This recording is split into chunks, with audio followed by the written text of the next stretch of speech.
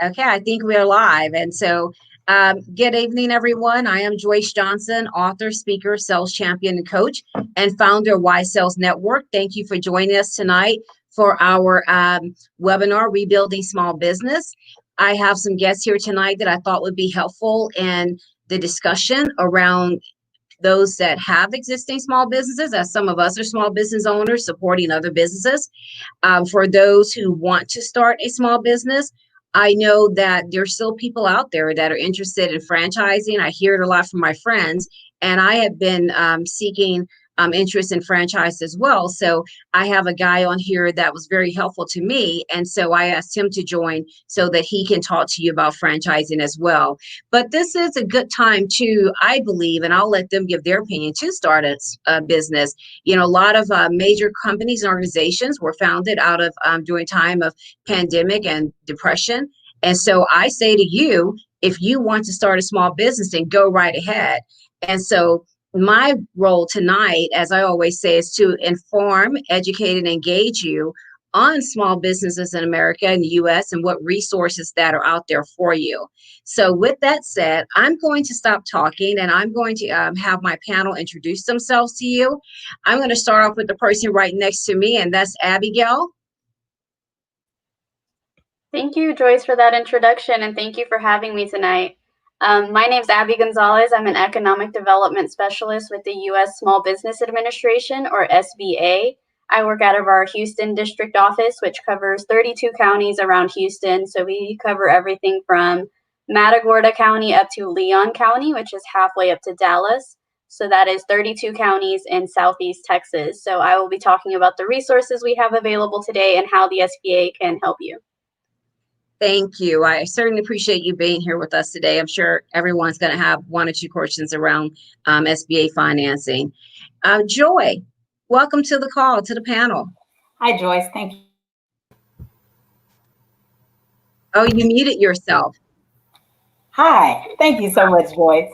My name is Joy Jackson. I'm the owner of Speaking of Joy. We are a small business that specializes in leadership development and helping leaders improve their development through workshops, through one-on-one coaching, and through the opportunity to offer developmental resources to them. And so I'm here because I am a business that has started, as Joy said, in the pandemic, and years of experience in leadership. I was a former chief strategy officer here in Houston, and now I've launched myself, and I'm going to share my expertise and some of my bumps and bruises along the way. Thank you so much for having me.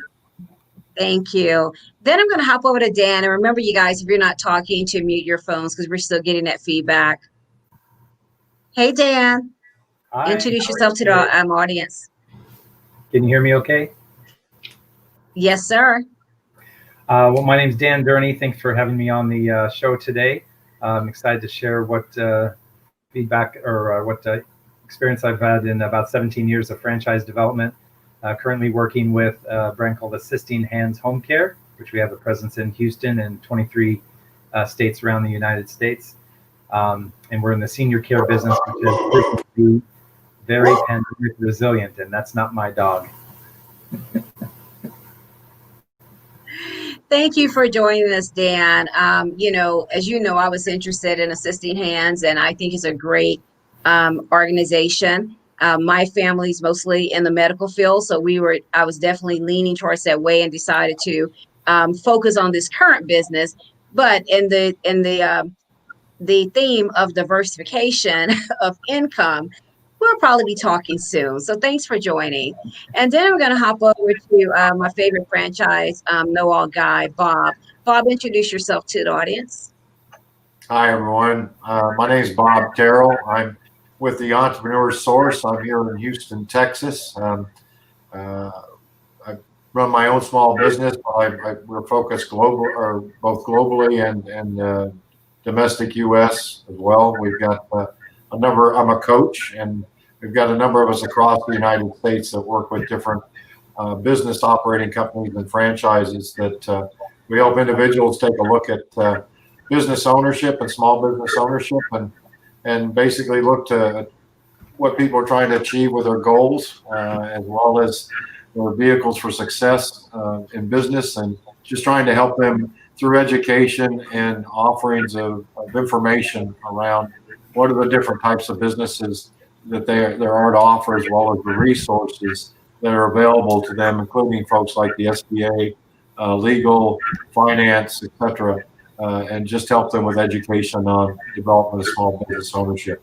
And we work with around 200 and a little over 200 different companies across the United States and North America that we work with to help look at just some of those opportunities for individuals. And thank you, Joyce, for having me tonight. Oh, thanks for joining. And if I can just chime in a little bit, what I love about working with Bob when I was working with him is that he does all the heavy lifting for you. He sort of gave me an assessment so he can find out more about me. And did we do a Myers-Briggs? Which assessment did we do? We do assessments based on some assessments that we've developed, as well as we do a success insights assessment that's called a DISC profile. And yeah, that one, we did the DISC profile, and I've done it before. You know, I share people all the time. I really like taking personality assessments and things because they really bring out your strengths. And if you think that you are aligned in a certain way, they either confirm it for you or not. And so, but I love that he took that approach with me initially to say, hey, let's see what your interests really are. And let's see where your strengths are and what's going to be the best match for you. So I appreciated him doing that, but he does the heavy lifting. So for those of you who just joined us out, if you're on LinkedIn, YouTube, or Facebook, welcome this evening again. Y Sales Network. This is our webinar on Wednesday where we are talking about rebuilding small business. So I want to ask you, Joy, have you chime in first. In your opinion, what is the current state of small business here in the U.S., considering COVID and everything that we're going through? Thank you, Joyce. I think that's an interesting question because I look at it from two perspectives. Right now, of course, with the pandemic, we know that a lot of small businesses are seeming to have challenges staying open. So we're finding a lot of small businesses are closing or having to lay off a lot of their employees because especially with bars and certain restaurants and small businesses like that, people have had to scale back quite a bit in order to just keep the lights on. And the pandemic has really caused that. But on the other hand, I think there are a lot of different small businesses that are developing. So some of the stats and the statistics say that the biggest 2020 types of small businesses are food trucks, auto repairs, child enrichment, because those are ones that are they're individually able to open, doesn't require a lot of overhead, doesn't require a lot of capital right out of the gate. So you'll find a lot more speakers, a lot more support type of functions. So I think it just kind of really depends on the industry that we're looking at to determine how successful small businesses are. For example, I'm one that started in the pandemic. I've been doing this for years, but I was able to launch my business in the pandemic, and I haven't found many challenges. You just have to do a little more work for your resources and the networks and the connections, because everyone seems like birthing something. And now with the pandemic, people are mindful of the need to have a small business or some other type of opportunities for situations where the big businesses can't support like they used to. So, and that's absolutely true. People have talked about for years, diversifying your income, having more than one income stream. And I think that, for those of us that was caught with just one stream of income, we're definitely thinking, okay, before we, just spend everything trying to survive, let's figure out how we can thrive. Let's figure out where we can put our money and how we can partner. And I guess you're right about it being industry specific. I was listening to a webinar this morning where they said, well, you wouldn't want to be in the travel industry right now for sure, but there are definitely other businesses that you can start. As for instance, mine, where we are an information resource for sales professionals and college students and supporting in that space. So, Bob, I'd like to get your thoughts around this as well. So in your opinion, what do you think is the state of small business right now? I'm really excited about small business, to be honest with you. I talk to probably around close to 500 people at least a month. I am excited about what I'm hearing about that's out there, both from individuals and the interest level that I've got with people that are looking at different businesses. I am actually quite busy with people that are starting new businesses right now. And I'm finding that more people are, and it's varying difference, but a lot of people are in the services industries are very, very highly performing right now. And whether it be folks like assisted hands living, or I've got people in home maintenance and repair, and just generalized services to either consumers or to businesses, has strengthened incredibly in the last 3 to 4 months. People are learning how to operate differently, how they're training differently, how they're engaging customers differently. And I think that the franchise and small business, some of these the smaller businesses are able to adapt quicker because they were already going virtual in some of the areas that they were working in, versus some of the big box is a little bit more, takes some time to do things. But the smaller business operator, we're seeing a lot of success actually in people starting and achieving their goals immediately with the current environment. Of course, there has to be caution in the wind, of course, with some of the areas, but I think the people I'm working with are taking a deep dive into just what the I think demographics, but geographically what's around them and what's happening in the cities and the towns that they're living in has been very exciting, I must say. And for sure, a lot of us was already working from home, so that wasn't a big adjustment. Whereas, there's some people that were used to going to the office. So, there are some small businesses that they have offices and they go in, but they probably could still go into their office because there was only a few people. I know certainly friends that I know that have small offices, they just kept going because it was only a few of them in the office and they were able to social distance accordingly. So, you mentioned that services industry and the senior industry and things of that nature. Dan, talk a little bit about your organization for us, what's taking place franchising there, and how busy are the franchise owners now because of the pandemic and the need to be able to service that audience, that customer base. That's a great question. Well, thank you for that one. We are definitely have been considered pandemic resilient, been essential since day one. Most of our franchisees have picked up new clients. There have been some that we have dropped. For example, if you had a parent or grandparent in the home that you were caring for, but you were going to away to work previously, so you needed a caregiver to come in, but now you're working from home. So we've lost some of those clients where they weren't needed. But the reverse has also happened, where clients have been unable to go visit their loved ones that may be in assisted living facilities because only caregivers and staff are allowed in. And so they've been able to, our franchisees have picked up clients where they've sent caregivers in to care for loved ones that are in facilities, or if there's been travel restrictions, if a senior is still in their home, but they've been travel restrictions or other quarantine issues, we're still able to send caregivers in to take care of them. So our businesses have maintained, in fact, have even grown during this time. Plus, we've rolled out 2 new services specifically during pandemic. One, just briefly, one's called Insure Connect, which is kind of like a Zoom call with the client to make sure they're okay, but it's with a trained caregiver who can look for signs of like dehydration or malnutrition, things like that. And then we have the new B2B service offering employee wealth, where we are providing, sending technically caregivers, but they're construction and warehousing and manufacturing and doing the now required checks and wellness screenings for those. So we've actually picked up revenue streams as a result of new requirements in this crazy world right now.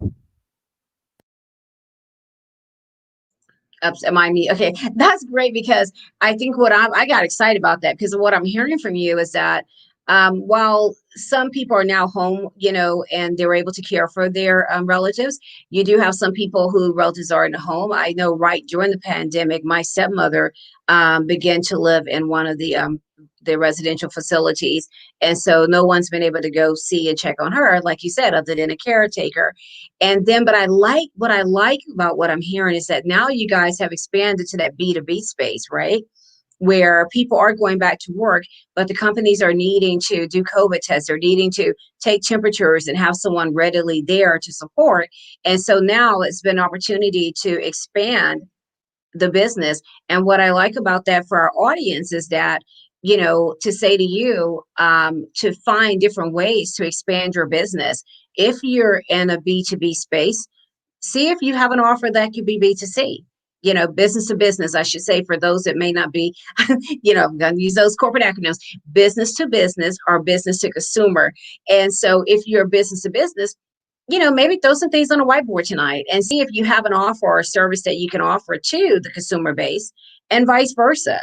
So I like that creativity and that you go where the demand is sometimes, and obviously that demand was created from COVID and worked out well for Assisting Hands.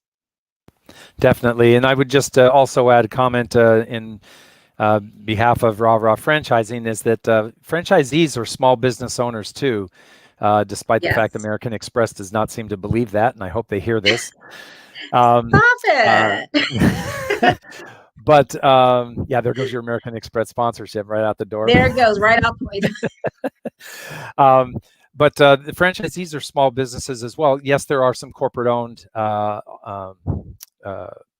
entities in food and whatnot, but franchisees who went into a situation like COVID were well supported by the franchisors who had resources allowing them, and depending on the industry, but resources allowing them to apply for PPP and stuff like that, helping them to have all the right legal forms, because a lot of things changed in senior care. You had to have different agreements and things to cover, new scenarios and protocols with COVID and things like that. And our franchisees and many other franchises in general were well supported by their franchise entity. But if you're trying to do that by yourself, you're trying to figure out, what do I do next, and having to engage vendors, and it takes your eye off the ball of marketing your business when you're having to try to figure out how to support it.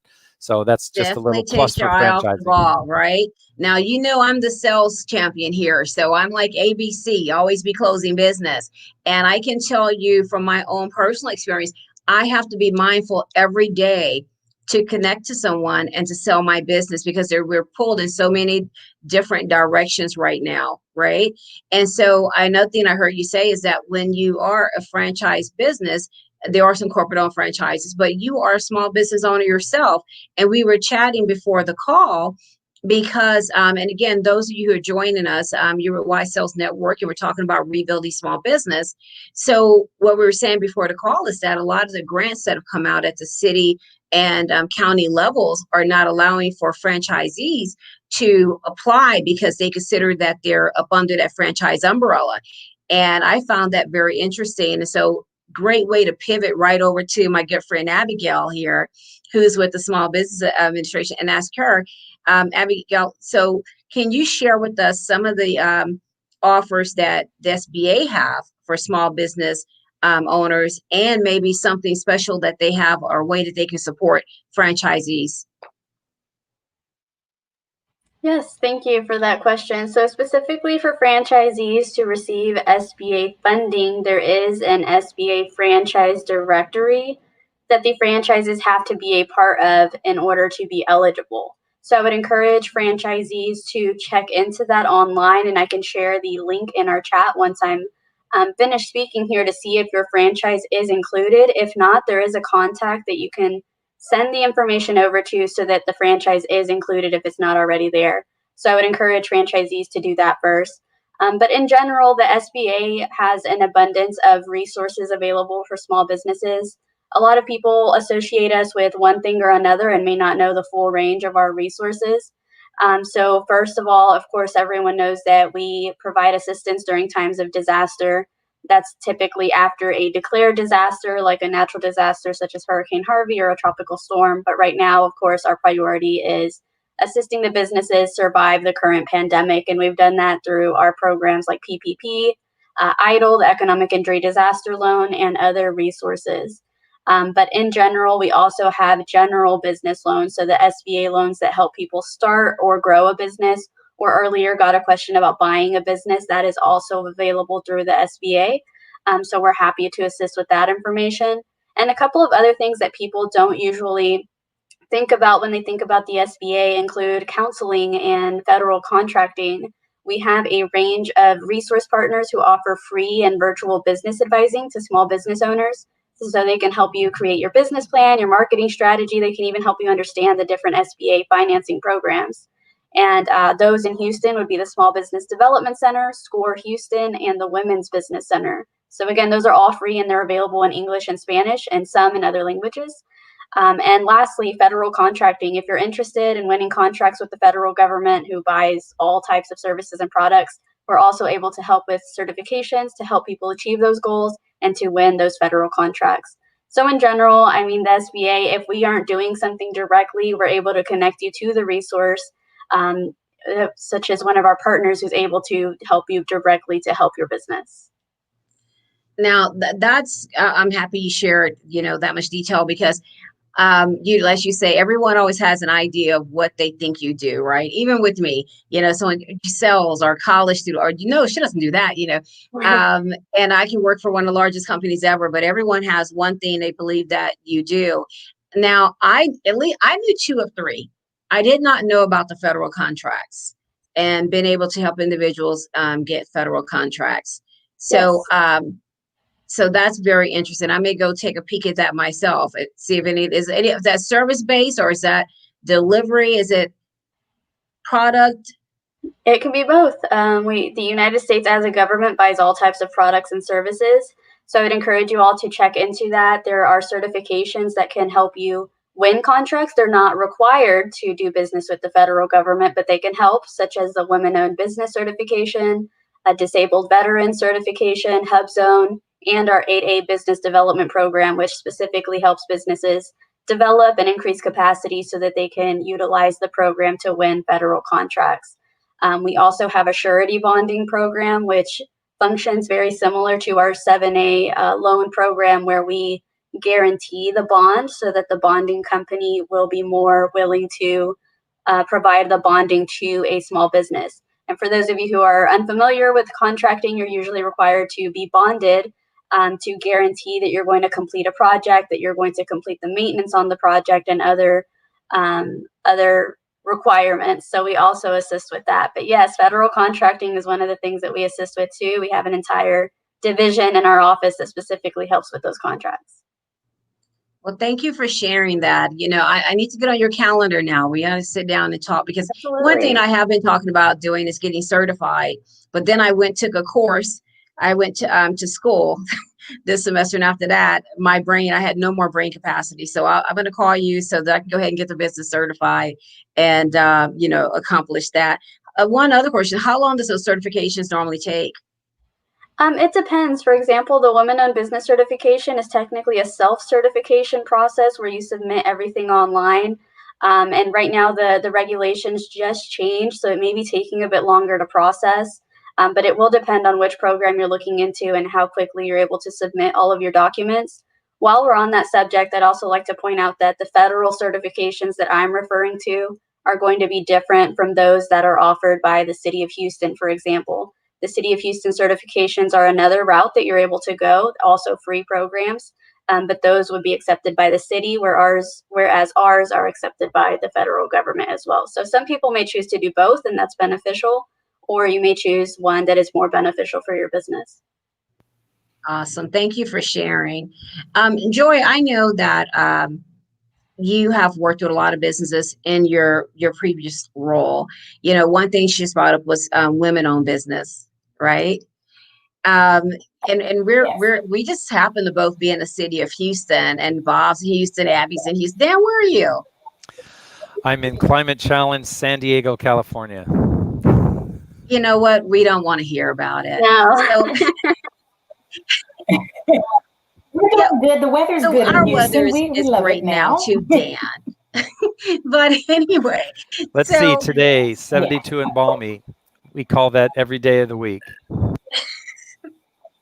Okay. Well, Joy, I wanted to talk about just a little bit about women-owned businesses and, encourage our women to get out there. What are you seeing and what did you see towards the end of last year? And what are you seeing now where I guess, do you think this is a good time for women to be able to get out there and really start their own businesses? Absolutely. First, Abby, I'm getting on your calendar too because information, I have my notepad, I'm taking notes too, but I absolutely think so. I believe that we're at a transition just in general as a society. As what we call workforce, as what we call owners, we're just in a transition, and there's no opportunity like now to actually bet on yourself, and that's what I'm encouraging people to I do. like It's that. it's very easy to say, I'm not sure, I'm not qualified, I don't know what I'm doing. And if you ask any business owner at some point, they can all say, I wasn't sure, I wasn't qualified in some capacity, and I didn't know what I was doing. And so we don't want to let that negative chatter or those self thoughts keep us from really just taking a chance. And so I would encourage anyone, especially women. Of course I'm a woman. I would say it because it's really about, for me, it's about legacy, and it's about showing your children and your community what you have to offer and what you have to provide. So I believe it's important to step out and to show that legacy and to give that opportunity. So I would say it to anyone, if you're interested in starting a business, do your research, find out what you're good at, because all of us have a gift, all of us have a purpose, and most of us are always doing it for other people because we just don't know how to start, or we just don't feel comfortable starting. So I would say this is the year, although we're in an uncomfortable place, this is the time to be comfortable. This is the time to say, I can do it. This is the time to Right. get your network of people together, people that you have always talked to. I mean, all of us have probably sat with friends and thought of great ideas. We've all sat and said, man, I would love to. I wish I could. If money wasn't an object. So we've done that so many times. So I believe now is the time to actually do it. So it's nothing standing in your way. There are opportunities. There's money that has not really been readily available the way it is now. There are resources. There are people sharing. We're a community now of people who are sharing their expertise and sharing their stories. So if you want to start a business, this is the perfect time to do it. Most of the businesses are started in, as Joyce said earlier, in this time of crises, in a pandemic, in this. I used to work for a credit union, and that's how credit unions started. They started because people weren't represented in the banks. And so people got together as owners, called themselves owners, and started their own small financial institution. And now we've got hundreds of credit unions around the country. It's because some people took a chance together and they worked together and said, we can do it, and we believe in ourselves. We're going to all take responsibility and ownership.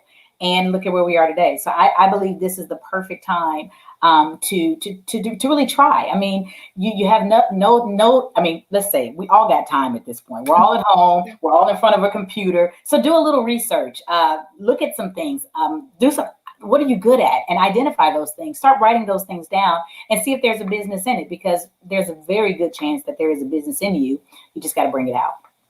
You know, Can I make a Joy, comment thank on? you for sharing. I Yeah, just go want to right make a ahead. comment on that, where you said write down your skills, and this would be something that Bob would work with his folks on. But the key is to leverage your skills, not necessarily the particular industry. So there are a lot of people that leverage their management skills, their people skills, their sales skills, and go from one industry to something completely different, but they're leveraging their skill set. And as long as you can acquire the knowledge to how to run it, whether it's in a franchise through training or your own research, but leverage your skills that you have. And I totally agree. It's perfect time to do that. And that's what we call transferable skills, right? So we were always talking about our transferable skills, and the reason I asked about women specifically, Joy, is that right now, as you said, people are sharing their knowledge and their experiences, and most of them are doing it at no cost. There's so many webinars and things out there. I participated in a couple just this week.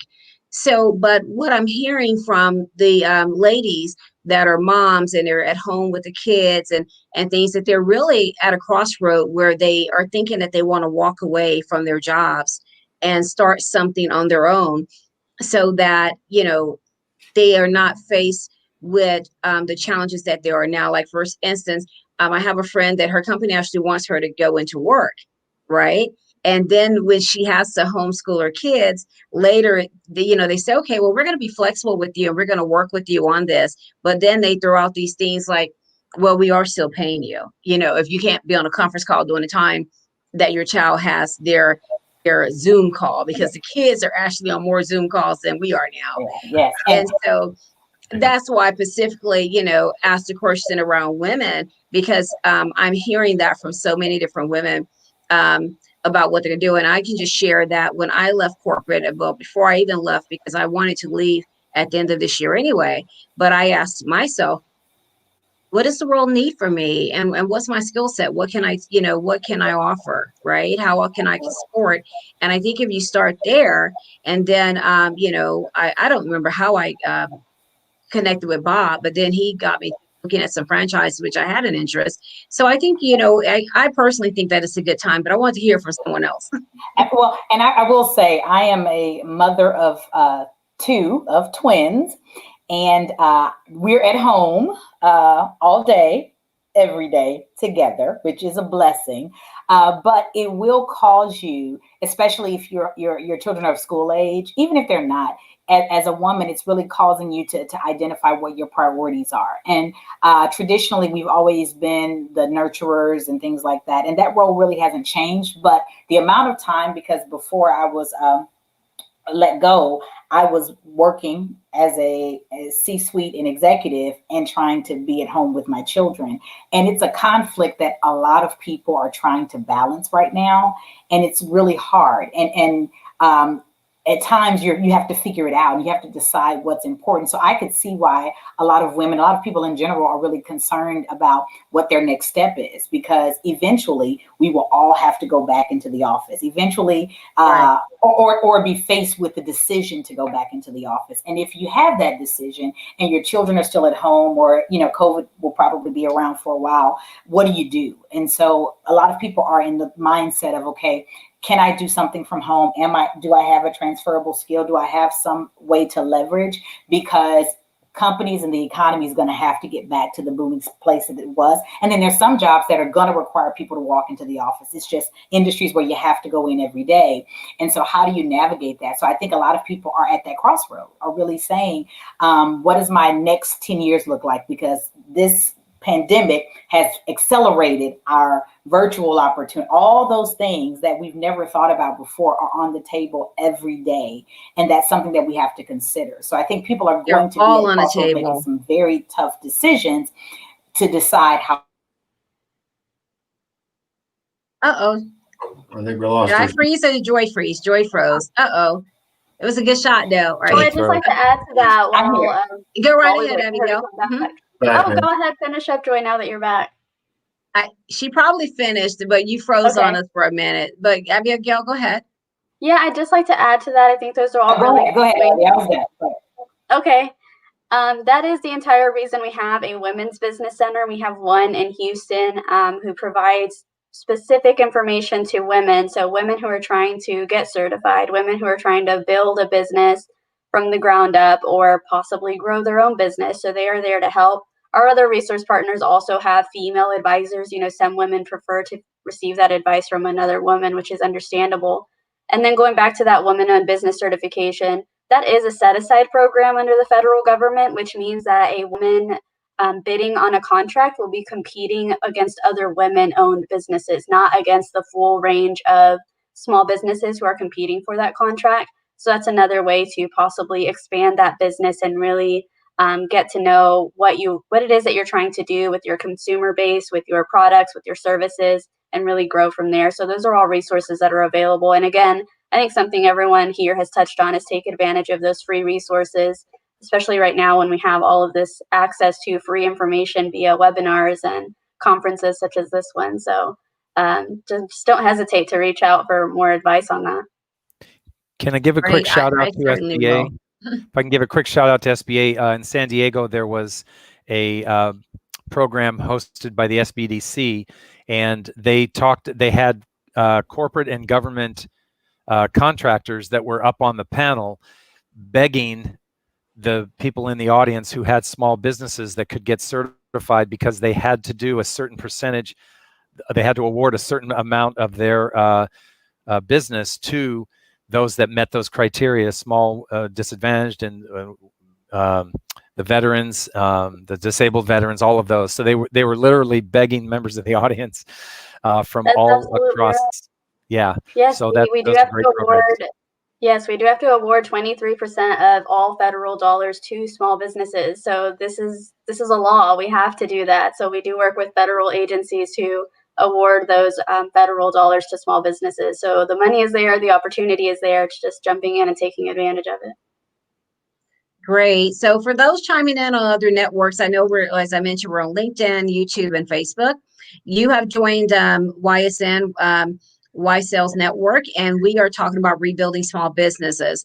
We're talking about opportunities that are out there for small business, money that's out there for small business, and just providing you some great resources with our panel on you taking the next steps if you have a business or if you're considering starting a new business.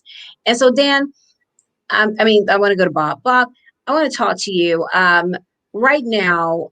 So I know during this time, I've been talking a lot to my financial guy, more than I probably ever talked to him before.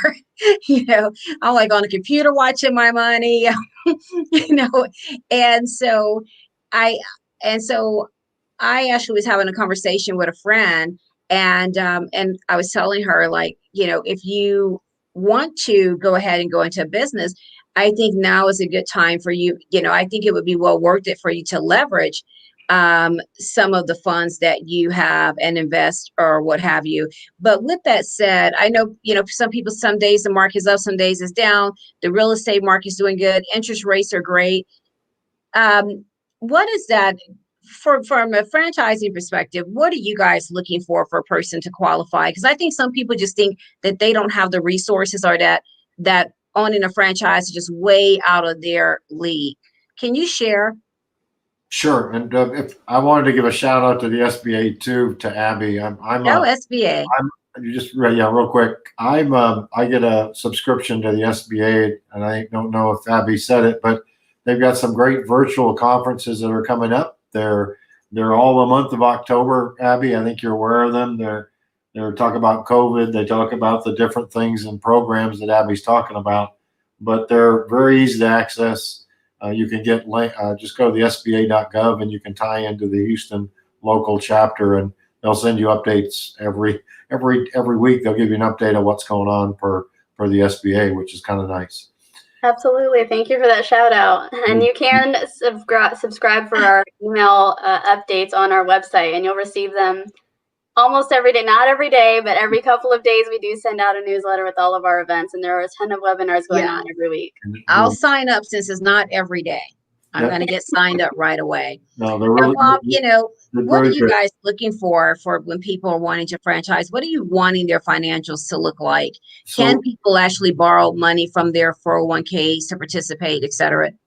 So what we try to do is not qualify people to speak of, because we really work with, just as Joy talked about, experience of what your hopes and dreams are. What are your challenges? What do you think is a type of business that you can get into? And so we don't want to disqualify anybody for thinking that there's funding that they can't qualify for. So we leave that up to folks like the SBA and the local finance partners that we have to gauge with them some of that. We certainly, of course, talk to them about, do they feel like they have the right capital to do this? Of course, there's investment in business ownership, and as we all know, having our own business does take money to get started.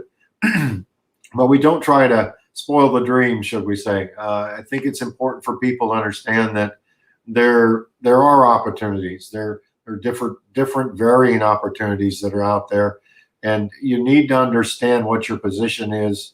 And what we do is help them try to understand that position going forward. We work with them on their goals and their needs, but then we also can link them to financial partners that we have, and they can help them set up to take a look at a first look, soft looks at their financial background, and just give them an idea of just what their capability is in looking at a small business investment. So again, I don't like to qualify anybody, because I think we've got a lot of us out there that are dreamers and really want to think about new lifestyle and also what type of business we can run. And we've always had that idea that there's an opportunity for us. And I think putting a financial ahead of that kind of disqualifies people. But we help them learn what those avenues are. And again, being the SBA is part of one of them. From being here today, that's one of the opportunities as well for them to take advantage of. So, Joyce, you've gone to Joyce, mute. you're muted, dear. Goodness. Thank you. You're welcome. So I just got a text from Monica that we do have a question from an audience, and anyone have any questions, just type it in the chat. But someone asked, Abigail, maybe you can answer this for us, sorry. What do you need to start a business, and what should be on your business plan? Is that something SBA is going to look at?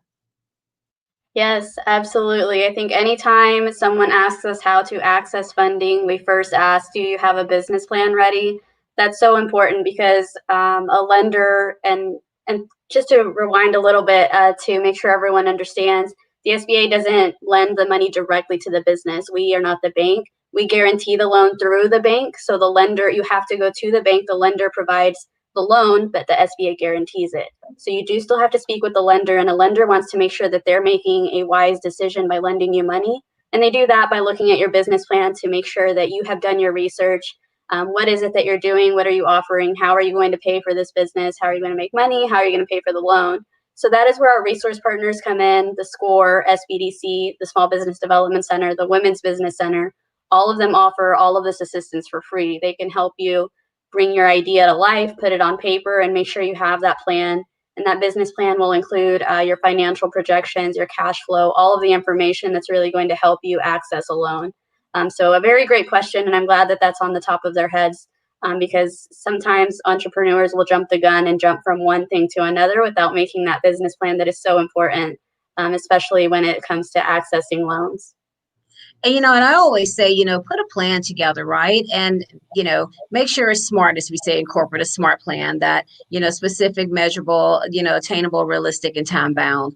And, but also note that it's a working plan, right? Because I know a lot of us had plans prior to COVID and we've had to pivot and you have to check and adjust. So just don't, because you got this plan. I'm talking right now to people that are in business already. If you got a plan and it's not working, you need to check and adjust, right? As we said earlier, maybe you need to see how you can expand and be able to serve a different audience or take some value adds onto your particular business. So yes, have your business plan, but as I always say, make a note that it is a working plan because you may have to make some other decisions and you may have to, as we're all doing now, pivot a little bit when something happens. Absolutely. Joyce, I have a question for Abby and SBA. How is the SBA looking at these business plans these days with COVID? How's that impacting the look at the business plans? Well, going back to something that Joyce mentioned, it's really how they've pivoted. The business plan is going to be a working document. So I can't see why it would not have changed during the current pandemic. We've seen everything from restaurants who only did in-person dining to now only doing curbside, or what we've seen with telemedicine, or even the breweries that are making the hand sanitizer. So really, it's all about how they're making those adjustments. And again, our resource partners are the ones who provide that one-on-one service, and they're the ones on the floor working with these businesses to create that business plan. You mentioned a brewery's making a hand sanitizer. I got one of those packages from the Houston Rockets, and inside of it, it was a bottle that looked like Tito's, like a fifth of Tito's. It was hand sanitizer. Exactly. There you go. I was like, oh, I thought they were giving out Tito's. Okay, no, it was hand sanitizer. Yeah, I thought that was pretty cool. We got hand sanitizer the other day with in a shot glass. So they gave us a little shot glass and had the sanitizer. I was like, okay, great. So yeah. I wanted to add something about the business plan, because as a new business owner, what I've also identified is that with the business plan, it's okay to not know what you don't know. That's why you use your resources, because a lot of people get gun shy with their business plans and they don't write them or they don't share them because they don't know how to do a projection. They don't know how to do the research. So I would encourage, if you are stuck in the business plan mode and you're like, oh my gosh, this is, because it can be a daunting process if you're new to it, if you've never done it, if you've never been exposed to it. So it can be a timely process. So just be okay with the fact that some of these you don't know. So that's where you get your help. That's where you go to these different outlets and resources to get the information.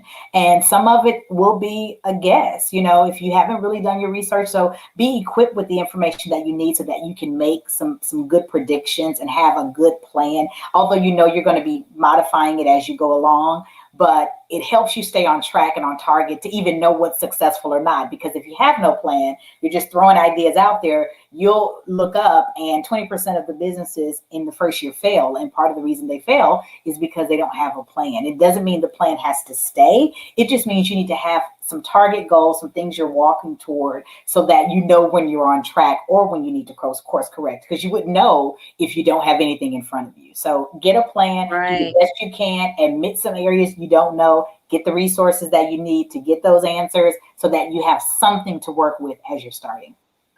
And to everyone's point, again, focus on your strengths when you're doing it, because there's different areas of a business plan. For me, I'm savvy with sales. So, to me, sales equal money. So I'm always putting together the dollars and the money in the spreadsheet before I think of anything else, right? And then I'm going to back it out from the money. How do we get to the money, and let's work backwards from there. And then, of course, I have a strength in marketing. So, but yes, and put it, a lot of times we do these business plans too, and they're in these big folders. I like to have, I keep these big white Post-it boards, and I put them when I initially was getting ready to start this business. I just put different boards across the room in my office for as the money, the marketing, who potential customers would be, who do I need to contact, what did I need, what were going to be the gaps and things. And then when COVID came, I tore them all down and started over. So, keep a visual, keep it in front of you so that you can continue to check those boxes. That's a good point. If I can weigh in just quickly on that, we explain to our franchise candidates that, for example, in assisting hands in an agency, you have HR, accounting, and sales and marketing.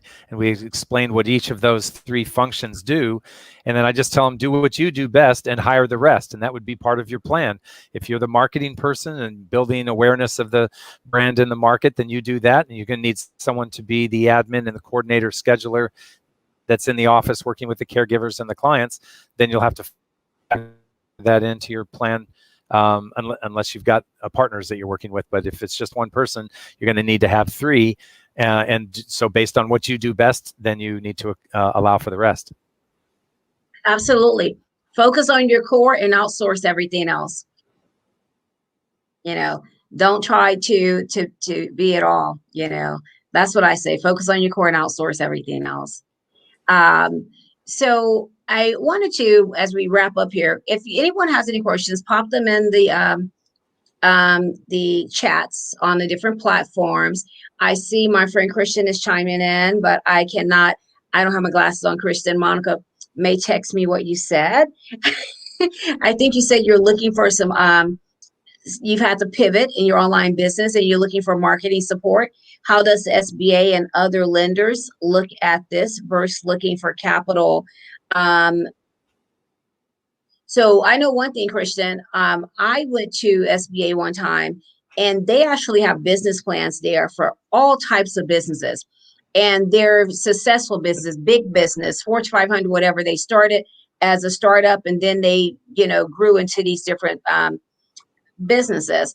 And so when you are don't reinvent the wheel. When you're trying to write a business plan, you can definitely go to SCORE and all those people for those resources. And then I see something here says that you're looking for capital for tangible assets. Can anyone else read that? Does someone want to answer Christian's question? Says a business that has made a major pivot online and looking for marketing support. How does the SBA, or I guess Abigail, how does SBA and other lenders look at this versus looking for capital or tangible assets? So she's looking for marketing support. Yeah, just to clarify, SBA loans are available for working capital as well as equipment, machinery, building, construction. So it sounds like this would be for working capital to help you with marketing or other parts of your business. So that is something we're able to assist with. again, going back to what Joyce mentioned, the business plan templates are available and you can write that in. And I think that also goes into having your relationship with a lender and speaking to them about what you need and what their appetite for lending is at the moment for what types of businesses and what types of purposes that they're looking into. That's a good point, Abigail. I had a meeting. I've had a Bank of America account for I don't know how many years. And they came and asked me to refinance my house. And I said no, because you guys always come in on the back end. You never there on the front end when I need you on the front end. And so I went in. So now I've built this relationship with Diana in my local branch. And so she's my personal banker now at Bank of America. So I definitely know that people have personal bankers, and it's good. It's good to have that resource and someone to go talk to. Absolutely. And our website does include a list of SBA approved lenders that you can go visit.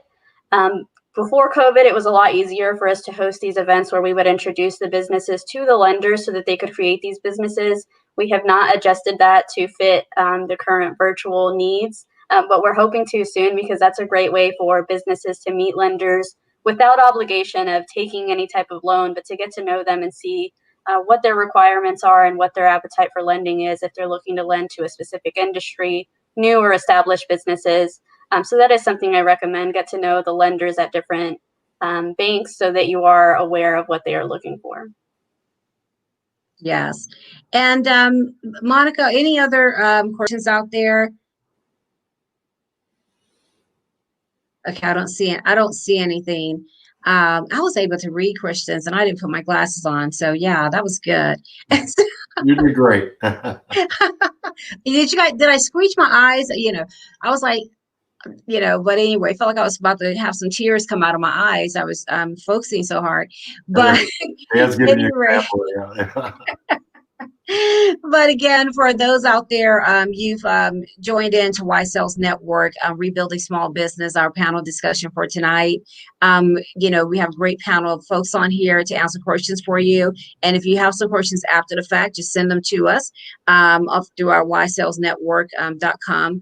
And we will get them answered for you if for some reason you weren't able to ask them tonight. Don't forget to go to www.ysalesnetwork.com and join the Oval. You'll get free downloads of my ebooks that I have, and then you'll also gain access to all the other things we have and our webinars, because we don't keep the webinars out on the platforms. We bring them in-house after a few days, and then they're only accessible to our members. So don't forget to go to Why Sales Network and join the Oval. I want to go ahead and close it out then and ask just each of you to have some parting words or advice for those that are interested in starting a small business, because I think right now people really are wanting to start businesses, but they're afraid to jump. They don't know what to do. They don't know where to go. They don't know if they should do a franchise, if they should, work from home. And especially my friends who are mommies, they're wanting to just make that decision. So I'm going to ask you guys, from your business perspective or what you do, if you could just have some last parting words for them. And Bob, we'll start with you and then we'll move over to Dan. Sure. I guess when I started my business, I took a look at the local environment and started to learn what's around me. Close proximity. I didn't have to reach out very far. I got involved with the local Chamber of Commerce, and you'd be surprised what happens at a local Chamber of Commerce level. You've got people that you get tied into SCORE, you get tied into the small business development, you get tied into SBA, you get tied into women's and minority-owned businesses. You get really a good look because your local businesses are all involved in this, usually in these organizations. So I take a look closely at where you're at. I've had a recent person I'm working with who wanted to be very grandiose, and he's up in Dallas. He said, I need to go to the Metro Dallas Chamber of Commerce. I said, no, you don't. I said, you need to look at your local community first. You'd be surprised. And when I did, I'm actually meeting with senators and congressmen and our local state representatives in my local chamber, which is only a small part of the Northwest Houston, but it's amazing. I've met Scott McClellan with HEB and just a number of people that come in. It's amazing what our group does and talk about small business. They talk about large business too, but you start to interact more with people and see what those opportunities are around you and what the needs are.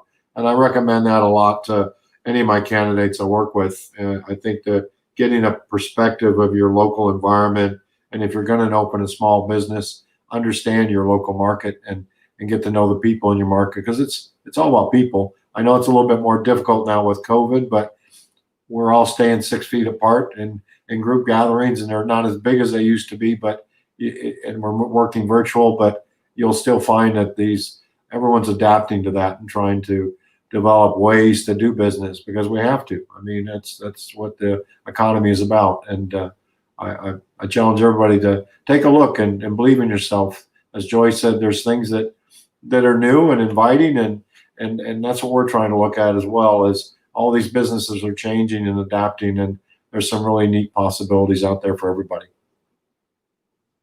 Absolutely. Monica, put that in the chat for them to reach out to a local chamber. That's really good. And it's funny because I was a member of so many chambers and organizations for corporate to represent my company, but now I'm independent. I haven't chimed in. So thank you for that, Bob. Yeah, it's Dan? a great thing. Well, let's take the franchising banner up here and say that, first off, I would say that franchising is not for everyone. Some people are afflicted with the NIH syndrome, the not invented here. And if they didn't think of the idea, it can't possibly be any good. So there's some people that just won't fit in a franchise if they don't feel they can follow a system. A lot of people come out of corporate America, the military, great at following systems. Phenomenal. That's awesome. So my number one tip would be to first identify whether you can follow other people's direction or not. And then that could be like the biggest decision to whether you want to look at a franchise. So if you want to disqualify yourself, even though Bob says not to, if you want to disqualify yourself, figure out if you can follow anybody's direction. If you've had trouble with that, then you may not want to look at franchising. May want to do something else. Dan, I know that from my work with the NBA Retired Players Association in Miami, that franchisees recruit a lot in the sports arena because they feel those guys have a regimen and a discipline of just, people be surprised how those guys have to follow a plan every day. They have to get up and they have to work out and they have to go shoot around and this, that, and the other. And a lot of during season, their lives really aren't their own. And so I think that franchises see that, and they see that discipline along with that influence that they have, and find it, and that leadership, and find it they're good for franchising. But Joyce, let me just say something as well to add to that. The NBA is a franchise. NBA is a franchise. The NFL is a franchise. Right. I mean, they follow You're rules. right. And So if you look at how much business is franchised that supports the U.S. economy, just take a look and a peek at the gross national product, and I think you'll find that franchising assumes about 3 to 4% of the gross national product, which is, I think, somewhere in the neighborhood of $17 trillion. I can't remember the number exactly, but it's pretty big, or 17 billion. So, I mean, take a look. You'll be surprised. That's my franchise flag, Dan. So it's surprising. You just don't realize what companies are franchises, right? Right. So. True. And I should emphasize that in a franchise, you're not a robot. You don't lose your personal identity. And especially in our particular franchise specifically, we encourage the franchisees to build the business as it makes sense for them. So we actually don't micromanage the franchisees in assisting hands home care, but we offer a variety of support depending on the services that they want to offer. If they want to go beyond just in-home care, non-medical, if they want to get into medical or in device sales and some of the other services I mentioned, those are options, not requirements. But I didn't want to just pitch this in hand. So I just want to talk from a franchising standpoint. So if you're looking to get into franchising on any given day, there are 3,500 plus franchise companies. Try to wade your way through that unassisted is very difficult. So you want to connect with people like Bob. You may have coaches like him that are in your local market. There are coaches that work in across the country, but work with a franchise coach or broker or consultant, however they want to call themselves, to help you navigate those waters and and they'll do assessments like Bob does for you to help kind of figure out what kind of skills that could transfer over and help narrow that down. That's their job, is to narrow down opportunities that make sense to present to you. And then the other thing I would say is there's 4 considerations that everybody should look at for any franchise. The first is there a viable product or service that the franchise offers in your local market? Number 2 is there a system in place that without having any relevant industry experience, you could achieve some modicum of success with support from the franchisor? Number 3 is, can you live with the agreement?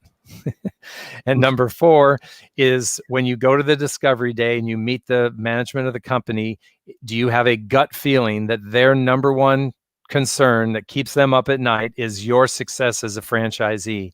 If you don't feel that that's what their main focus is, then that's not a good option to pursue. So those are very generic, could apply to any franchise discovery there. And and I lost track of time, so I apologize to you guys. But Bob, how can they reach you? I can be contacted through my email at it's bterrell at esourcecoach.com. And are you on social media? They can find you on LinkedIn as well. I am. I'm on LinkedIn, and I don't have my LinkedIn address. Sorry about that. I didn't. That's okay. They can find you by your name. My name and is Dan, Bob how Terrell. could Mine is super easy. You can text CF to 90210. Seriously. Dan? I'm serious. Text CFE to 90210. You'll get a text back with my contact info. Awesome. I love it. I love it. And Joy, any parting words for everyone, and how can they reach you? Sure. My only parting words would be, take the first step.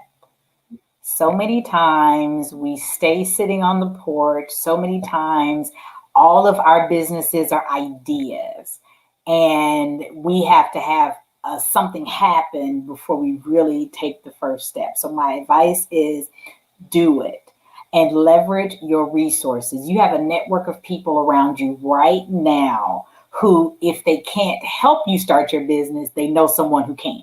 So you need to be telling people what your ideas are, speaking those things out so that people can get a hold of your vision and point you in the direction, and they're your accountability partners. So literally take the step, because once you take the step, you'll find that it becomes easier to take the next step and the next step. And before you know it, you're a business owner or a franchisee. So I definitely encourage you to take the step. And I can be reached on all social media platforms at Speaking of Joy, and Joy is spelled Joye. So on all social media platforms, LinkedIn, Facebook, Instagram, and YouTube, Speaking of Joy. So look forward to connecting with everyone and sharing leadership principles. You're so correct about that. I started, my goddaughter sent me a little video of myself today that was from 3 years ago. I started, purposely working on my personal brand and business so that I could prepare to leave corporate. And it was the day that we were doing a photo shoot for my first book, Why Sales for College Students. And now I'm writing my 7th book. So, don't wait to start, even if you're in corporate and you're going to work your way, begin building your brand and your resources and things that you want, and create your plan, your exit plan, as we say. Abigail, thank you so much for joining us. What would you like to say to our audience, and then how can they reach out to you? Yes, I mean, just reiterating what we've talked about throughout this entire session, connect with the resources that are available to you. They're out there. They're there for you. They're there to help you. So don't hesitate. Even if you're just going to them with an idea that's in your head, you have to start somewhere, just like Joyce said. I think that's great advice. So take advantage of the free resources. You can visit the SBA's website at sba.gov for more information. And from there, you can go to the Houston SBA website as well, where you can find information that's localized for the Houston area. And then I am on LinkedIn. I see that it has been shared on LinkedIn. My LinkedIn is Abigail Gonzalez. And you can also reach me at my email, which is Abigail.Gonzalez with the Z at sba.gov. And I'd be happy to assist further there. Thank you, Abigail. Thank all of you. I certainly appreciate you joining tonight. And for just to give you some updates on Y Sales Network and what's coming next. First of all, thank you for participating tonight with Rebuilding Small Business, our webinar. Next month, the webinar is all about real estate, residential real estate, buy or sell. And we're going to have a broker, a mortgage company, as well as someone who invests in residential multifamily, I should say multifamily. And so that's what next month's webinar is about. We also next month have Meet the Recruiter as our platform, where we start with a training section. And then from there, we allow you to actually talk to recruiters from companies that have job openings about how to engage the recruiters, how, what they're looking for, give you some tips on interviewing and engagement. Every company sort of does it different. And so we have some companies, I purposely picked some companies that weren't as popular as others, because everyone wants to go to the top 500, right? or the top 100. And there's so many companies out here. And I want people to be able to find nonprofit organizations and be able to find smaller businesses that are successful, where you can sort of spread your wings and grow and be more impactful in some cases when you go into a small business. So don't forget to go over to www.ysalesnetwork.com. Take a look at what we have going on. Of course, I do every month my Let's Talk About It #CollegeLife. With the college babies, that's my first love. And tomorrow I'm going to do something different. We're starting Therapy Thursday. For those of you that missed the big announcement, I am in the process of writing my 7th book, No Back Doors for Me. And it is about my life and my journey in the workforce. And tomorrow I am going to have my mom on with me, because whenever I'm interviewing, they ask me, how do you get so much done? Why are you so busy? Where do you get that from? And I'm like, I get it from my mom. She's a busy bee. And and she's very purposeful about what she does in helping people and community. And so tomorrow we're going to kick off the fact that I'm writing this book, No Back Doors for Me. It stems from a story that my mom had mentioned about going to back doors eating in Galveston, Texas, when she was a young woman. And so I have invited her to be on with me tomorrow at noon. So we'll be on noon Central Time on all platforms, LinkedIn, YouTube, Facebook, and Instagram. I'm going to go to Instagram tomorrow, which is scary. I'm afraid of Instagram. But we will be on all platforms tomorrow, my mom and I, and we'll be talking about my book and some of the tools that people can use to cope in corporate America, in your corporate life. So again, thank you. You've been listening in to Rebuilding Small Business with Y Sales Network. I am Joyce Johnson, author, speaker, sales champion coach, and founder of Y Sales Network. Make it a great evening. Thank you. Thank you.